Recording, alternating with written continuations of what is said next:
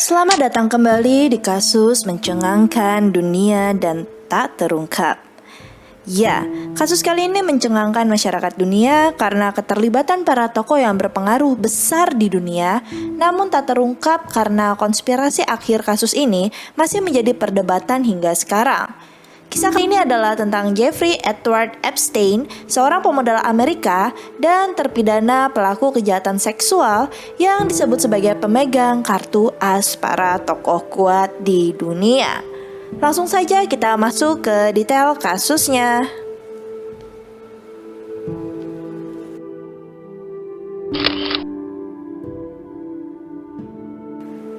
Epstein lahir pada 20 Januari 1953 di wilayah Brooklyn di New York City dari pasangan Yahudi Seymour G. Epstein dan Pauline. Seymour Epstein bekerja untuk Departemen Taman dan Rekreasi Kota New York sebagai penjaga taman dan tukang kebun. Sementara Pauline bekerja sebagai pembantu sekolah dan ibu rumah tangga. Jeffrey Epstein adalah anak sulung dari dua bersaudara. Epstein dan saudaranya Mark dibesarkan di lingkungan kelas pekerja Seagate, sebuah komunitas yang terjaga keamanannya di Pulau Cone, Brooklyn. Epstein bersekolah di sekolah umum setempat. Pada tahun 1967, Epstein menghadiri National Music Camp di Interlochen Center for the Art. Dia mulai bermain piano ketika dia berusia 5 tahun. Dia lulus pada tahun 1969 dari Lafayette High School pada usia 16 setelah melewatkan 2 kelas. Ia melanjutkan sekolah di Cooper Union sampai ia pindah ke perguruan tinggi pada tahun 1971.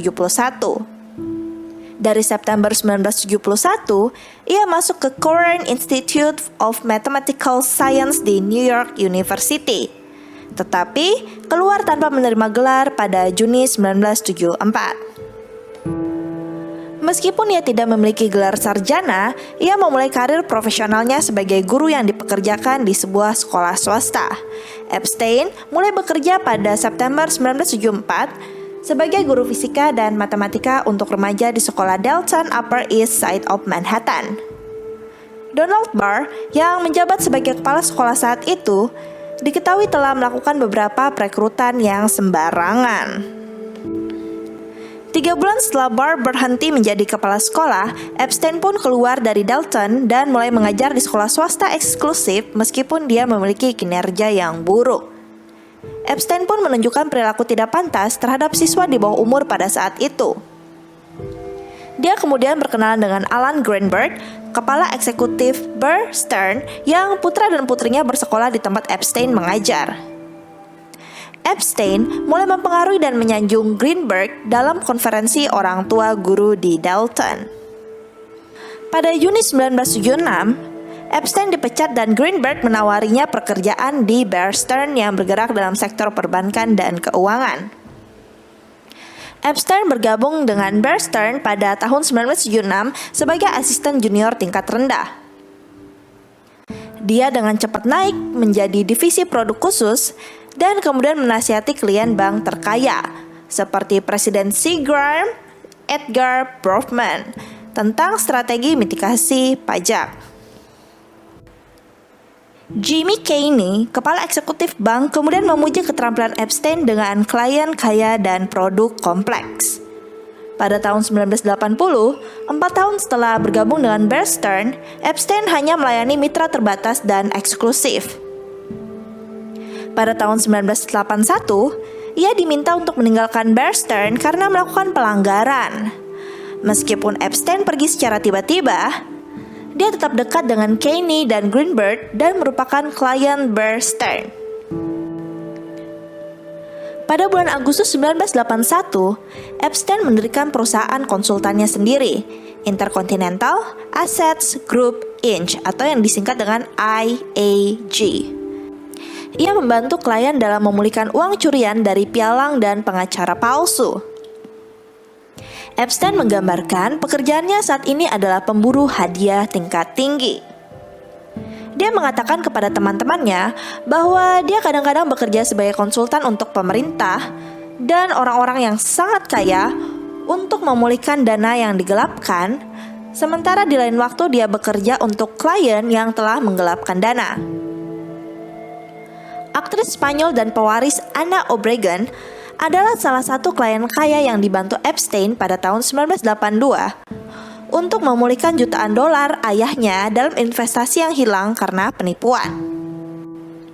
Selama periode ini, salah satu klien Epstein adalah pengusaha Arab Saudi Adnan Khashoggi yang merupakan perantara dalam mentransfer senjata Amerika dari Israel ke Iran.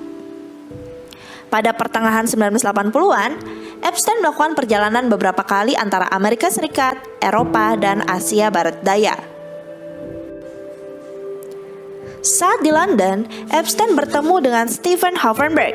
Steven Hoffenberg lalu mempekerjakan Epstein pada tahun 1987 sebagai konsultan untuk Towers Financial Corporation, sebuah agen penagihan yang membeli hutang orang-orang yang berutang ke rumah sakit, bank, dan perusahaan telepon. Hoffenberg mengatur Epstein di kantor-kantor di Violet Houses di Manhattan dan membayarnya sebesar $25.000 per bulan untuk pekerjaan konsultasinya, yang pada tahun 2020 setara dengan $57.000. Hoffenberg dan Epstein kemudian mengubah diri mereka sebagai perampok korporat dengan menggunakan Towers Financial sebagai kapal perompak mereka. Selama periode ini, Hoffenberg dan Epstein bekerja sama erat dan bepergian ke mana-mana dengan jet pribadi Hoffenberg. Epstein meninggalkan perusahaan pada tahun 1989 sebelum kolaps dan tidak pernah didakwa karena terlibat dalam penipuan investor besar-besaran yang dilakukannya. Pada tahun 1988, saat Epstein masih menjadi konsultan untuk Hoffenberg, ia mendirikan firma manajemen keuangannya sendiri, J. Epstein & Company. Perusahaan tersebut dibentuk untuk mengelola aset klien dengan kekayaan bersih lebih dari $1 miliar, meskipun pihak lain skeptis bahwa dia membatasi klien yang dia ambil. Satu-satunya klien miliarder Epstein yang diketahui publik adalah Leslie Wexner, ketua dan CEO L Brands dan Victoria's Secret. Epstein menjadi penasihat keuangan Wexner dan menjabat sebagai tangan kanannya. Pada Juli 1991, Wexner memberikan Epstein kuasa penuh atas urusannya. Surat kuasa memungkinkan Epstein untuk mempekerjakan orang, menandatangani cek, membeli dan menjual properti, meminjam uang, dan melakukan hal lain yang mengikat secara hukum atas nama Wexner. Epstein adalah kenalan lama Pangeran Andrew dan Tom Barack. Ia menghadiri pesta dengan banyak orang terkemuka, termasuk Bill Clinton, George Stephanopoulos, Donald Trump, Katie Couric, Woody Allen, dan Harvey Weinstein. Ia mengenal Rupert Murdoch, Michael Bloomberg, Richard Branson, Michael Jackson, Alec Baldwin, dan keluarga Kennedy. Kenalannya yang lain juga termasuk Perdana Menteri Israel Ehud Barak, Perdana Menteri Inggris Tony Blair, dan putra mahkota Arab Saudi Mohammed bin Salman. Baik Clinton dan Trump mengklaim bahwa mereka tidak pernah mengunjungi Pulau Epstein. Epstein memiliki jet pribadi Boeing 727 dan sering bepergian dengan tamu di dalamnya. Jet itu dijuluki Lolita Express oleh penduduk setempat di Kepulauan Virgin karena sering tiba di Little Saint James dengan gadis-gadis yang tampaknya di bawah umur. Pada tahun 2003, Epstein terbang ke Kuba dengan pesawatnya bersama Presiden Kolombia Andrés Pastrana Arengo atas undangan Presiden Kuba Fidel Castro. Epstein kemungkinan mempertimbangkan untuk pindah ke Kuba untuk menghindari penegakan hukum AS karena Epstein sedang diselidiki oleh penegak hukum AS pada saat itu. Pada tahun 2009, saudara laki-laki Epstein, Mark, mengklaim Trump telah terbang dengan pesawat Epstein setidaknya sekali. Dia kemudian mengatakan kepada The Washington Post bahwa Trump terbang berkali-kali dengan pesawat Epstein, meskipun Mark hanya hadir di salah satu penerbangannya. Menurut Michael Corcoran, Trump menerbangkan Epstein dengan pesawatnya sendiri setidaknya sekali. Dalam profil Epstein di majalah New York pada tahun 2002, Donald Trump berkomentar, "Saya sudah mengenal Jeb selama 15 tahun, pria yang hebat. Dia sangat menyenangkan untuk bersama. Bahkan dikatakan bahwa dia menyukai wanita cantik seperti saya. Dan banyak dari mereka berada di sisi yang lebih muda. Tidak diragukan lagi, Jeffrey menikmati kehidupan sosialnya. Pada Juli 2009, Trump berkata, "Saya mengenalnya seperti semua orang di Palm Beach mengenalnya." Ia juga sempat menyatakan 4 kali bahwa dia bukan penggemar Epstein dan tidak berbicara dengannya selama sekitar 15 tahun. Pada tahun 2007, Trump dilaporkan melarang Epstein dari klub Mar-a-Lago karena mengejar wanita muda secara tidak pantas. Pada bulan September 2002, Epstein menerbangkan Clinton, Kevin Spacey, dan Chris Tucker ke Afrika dengan jet Lolita. Catatan penerbangan yang diperoleh pada tahun 2016 menunjukkan Bill Clinton terbang 27 kali ke setidaknya selusin lokasi internasional. Namun, pada saat penangkapan Epstein pada tahun 2019, juru bicara Clinton, Angel Urena, menyatakan bahwa Clinton tidak berbicara dengan Epstein selama lebih dari 1 dekade dan belum pernah ke Little St. James Island, peternakan Epstein di New Mexico, atau kediamannya di Florida. Bill Clinton memuji Epstein sebagai seorang filantropis yang berkomitmen dengan wawasan dan kemurahan hati. Pada saat itu, Epstein berada di Dewan Universitas Rockefeller, anggota Komisi Trilateral dan Dewan Hubungan Luar Negeri, dan merupakan donor utama untuk Universitas Harvard. Dari tahun 1989 hingga 2003, Epstein menyumbangkan lebih dari $139.000 kepada kandidat dan Komite Federal Partai Demokrat AS dan lebih dari $18.000 kepada kandidat dan kelompok Partai Republik AS. Epstein pun juga membangun yayasan Jeffrey Epstein Six Foundation dan memberikan sumbangan amal dengan nominal yang besar. Pada tahun 1996, Epstein mengubah nama perusahaannya menjadi Financial Trust Company.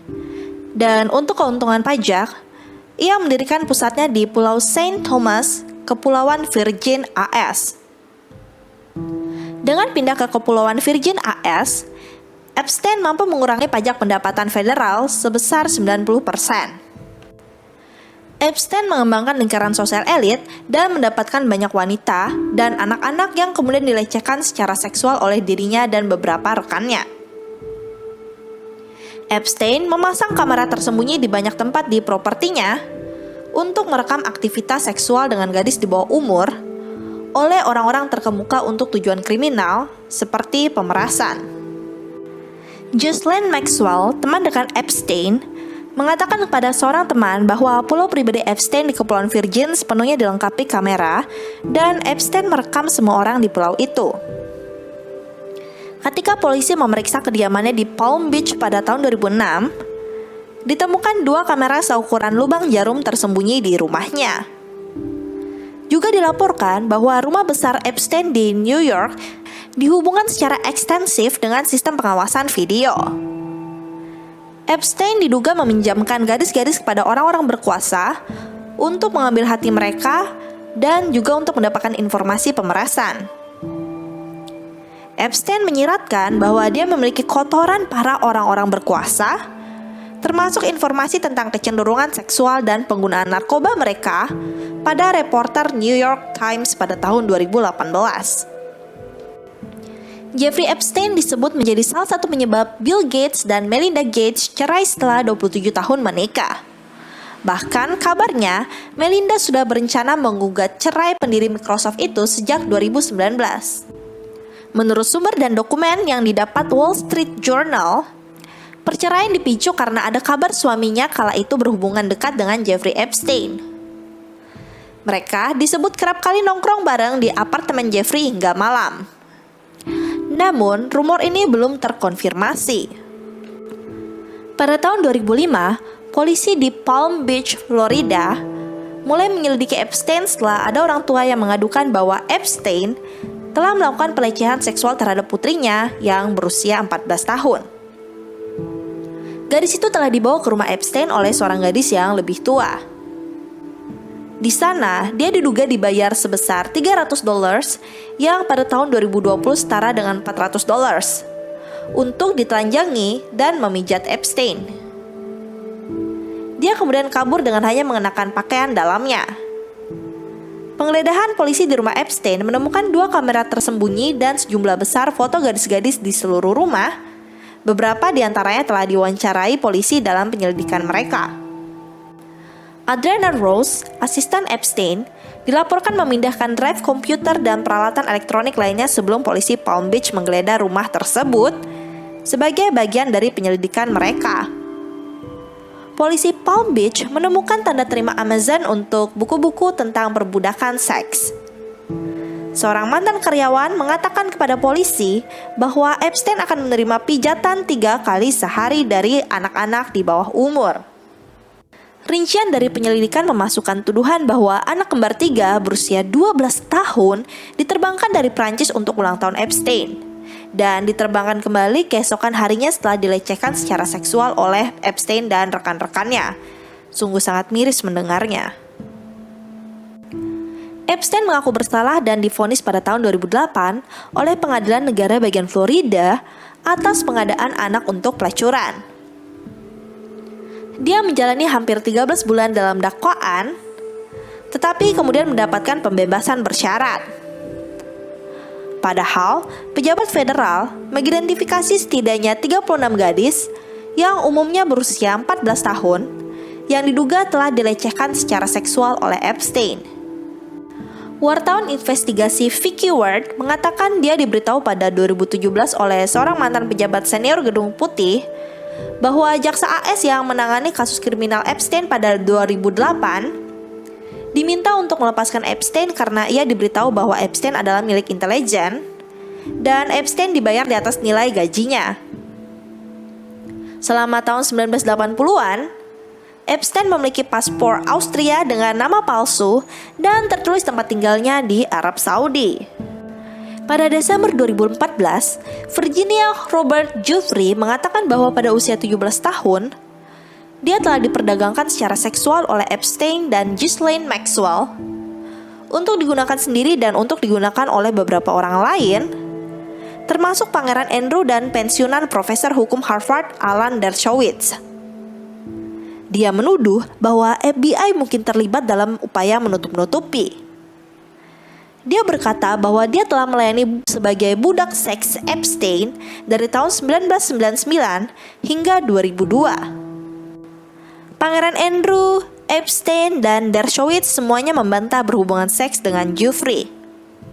Sebuah buku harian yang diklaim milik Giuffre diterbitkan secara online.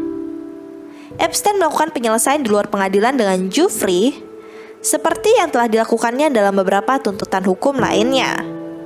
Gugatan federal diajukan di California pada April 2016 terhadap Epstein dan Donald Trump oleh seorang wanita California yang menuduh bahwa kedua pria itu melakukan pelecehan seksual terhadapnya di serangkaian pesta di kediaman Epstein di Manhattan pada tahun 1994 ketika dia berusia 13 tahun. Gugatan itu ditolak oleh hakim federal pada Mei 2016 karena tidak mengajukan klaim yang sah berdasarkan hukum federal. Wanita ini mengajukan gugatan federal lain di New York pada Juni 2016, tetapi itu ditarik 3 bulan kemudian. Gugatan federal ketiga diajukan di New York pada September 2016. 2 gugatan terakhir termasuk pernyataan tertulis oleh saksi anonim yang membuktikan tuduhan bahwa Epstein memperkerjakan gadis di bawah umur untuknya. Penggugat anonim ini secara tiba-tiba membatalkan untuk hadir dalam konferensi pers Los Angeles 6 hari sebelum pemilihan 2016 setelah dikatakan oleh pengacaranya bahwa ia menerima ancaman. Gugatan itu dibatalkan pada 4 November 2016. Pengacara Trump, Alan Garten, dengan tegas membantah tuduhan itu, sementara Epstein menolak berkomentar. Sebuah dokumen gugatan baru di Pengadilan Amerika Serikat menyatakan seorang wanita muda diculik dan diperkosa berulang kali di depan putranya oleh predator seks Jeffrey Epstein. Korban juga diancam akan dijadikan santapan beberapa ekor buaya. Menurut dokumen gugatan, Epstein dan Maxwell kemudian melakukan pelecehan seksual terhadap korban.